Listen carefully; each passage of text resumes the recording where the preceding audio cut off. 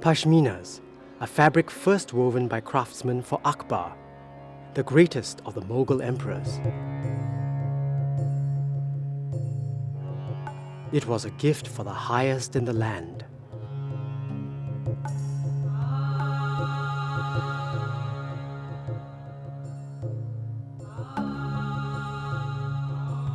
For the Maharajas, Pashminas would be part of a woman's dowry. Such was its reputation that Napoleon Bonaparte presented one to Josephine, who later became his empress.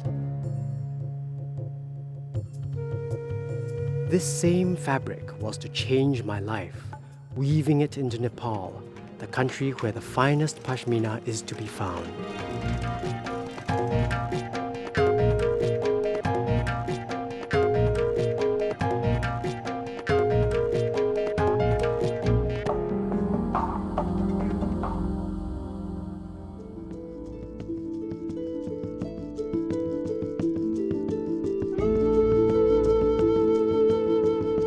Nepal. It was easy for me to fall in love with this country and its people.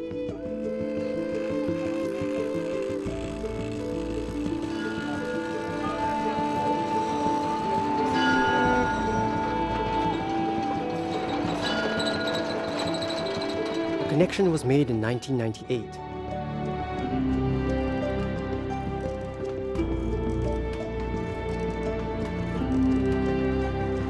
And I have never looked back.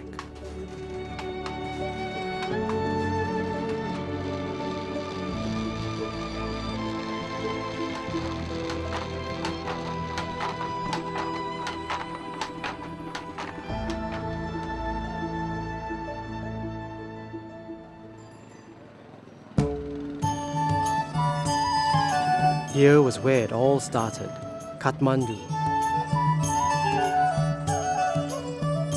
This medieval township and capital of Nepal was my first introduction to the country, which I would someday call home. I came in 1998 as a volunteer to work on a project backed by the Nepalese government and the Asian Development Bank. One aspect of my job was to help the locals start small enterprises under a microcredit scheme.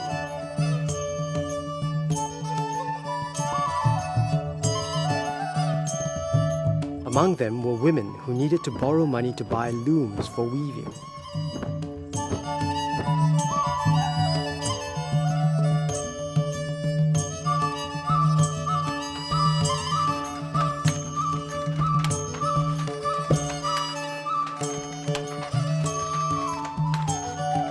I had to get around in Kathmandu, and that requires special skills and lots of patience.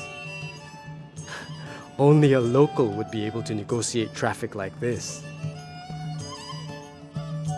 The fastest way is on bicycle, a motorbike, or on foot. I needed transport to get me to difficult-to-reach places, and that is how I met Uday. Uday was only 13 when he left his village to work with the Newari family. He now works for me. I bought him this bike, and through Uday, I really got to know Nepal, discovering the beauty of Nepal and its legends.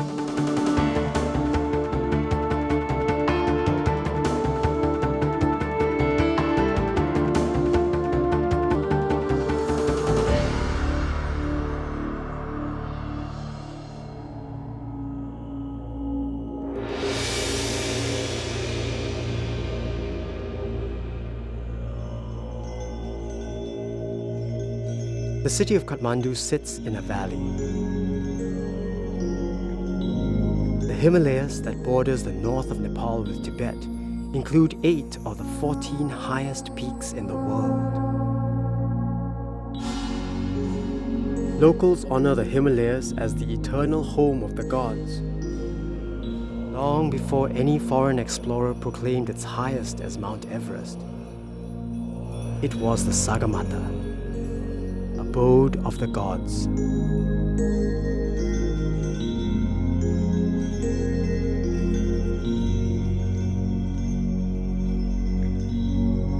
Legend tells of a lake set in a mountainous range.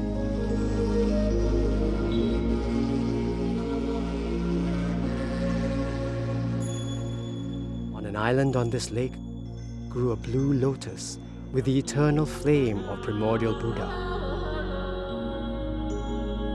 Manjushri, a manifestation of Buddha, came to worship here.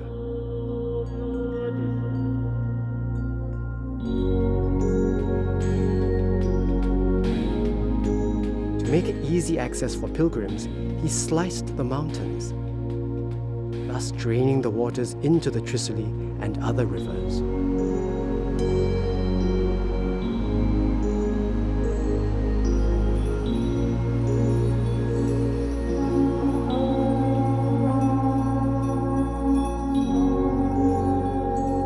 A fertile valley was revealed,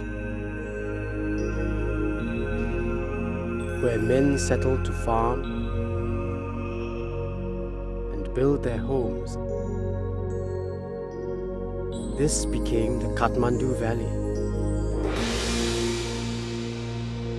The legend is special because from where I live, I can see the top of the hill and the temple which marks the site where Manjushri found that blue lotus.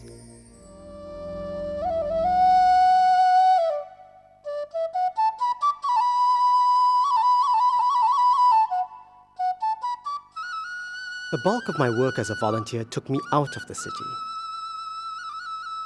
After all, 9 out of 10 Nepalese live in the countryside, practicing subsistence agriculture.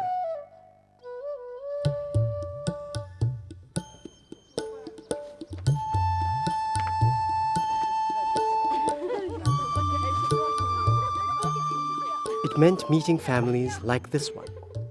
For the poorer ones, I facilitated schemes which helped them acquire and manage their own livestock, often the key to a better livelihood in the countryside.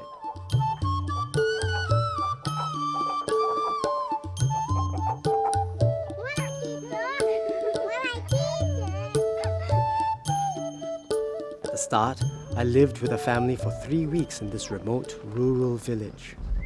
Whenever I visit them, there is no way to tell them I'm coming, so it's always a surprise.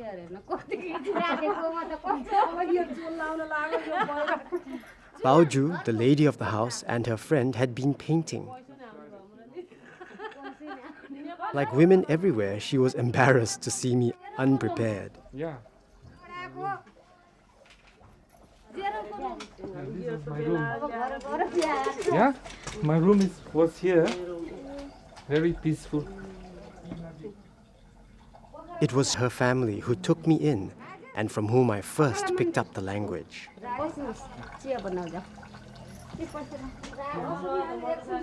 Well, I used to have vegetables plucked fresh from the garden. For example, this zucchini. So I always get fresh vegetables every day. And papaya, iskus, and many more behind this house. Baoju's family is better off than most. There are crops in the backyard, buffaloes for milk, and chickens for sale.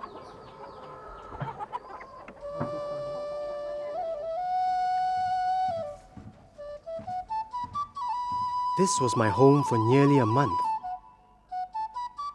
a time someone like me from the city relished. Set in the foothills of the Himalayas, it was my Shangri-La.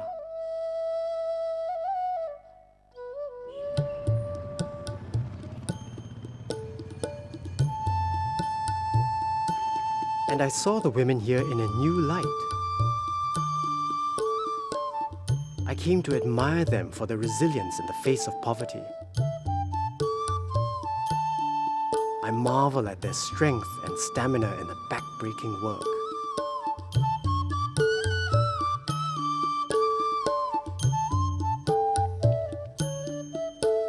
In my work, it was mostly the women who took the initiative to find ways of improving the lives of their families. For many, it remains an uphill task. I help where I can in the people I meet. Among them are Uday and his family. Uday is someone I am committed to making a difference in his life. I was to find him one day devastated by his mother's death. I was told his mother had killed herself because of abject poverty.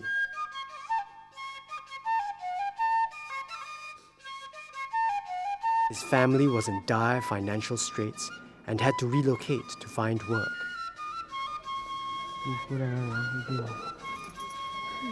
Uday, now working for me, is in a position to help them in whatever way he can.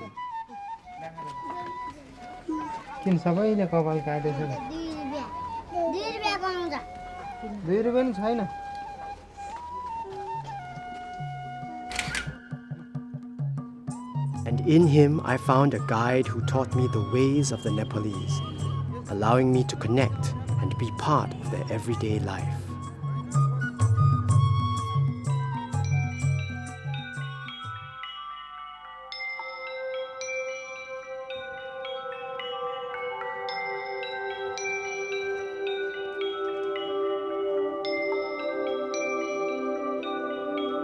Kathmandu was the crossroads of trade which continues to this day, a thriving market and busy bazaar which come to life each morning. This is where the Newaris, the original settlers, show their business acumen.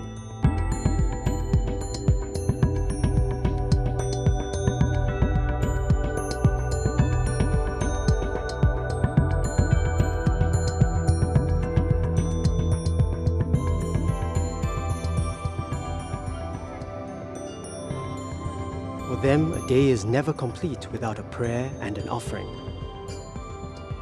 The people practice a unique form of Hinduism and Buddhism, worshipping deities common to both faiths.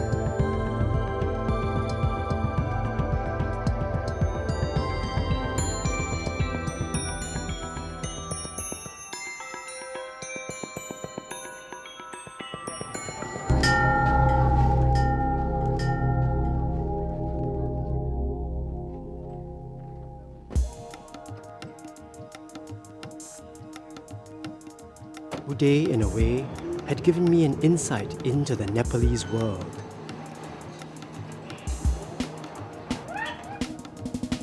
Kathmandu in the 21st century plods on in chaos of old and new.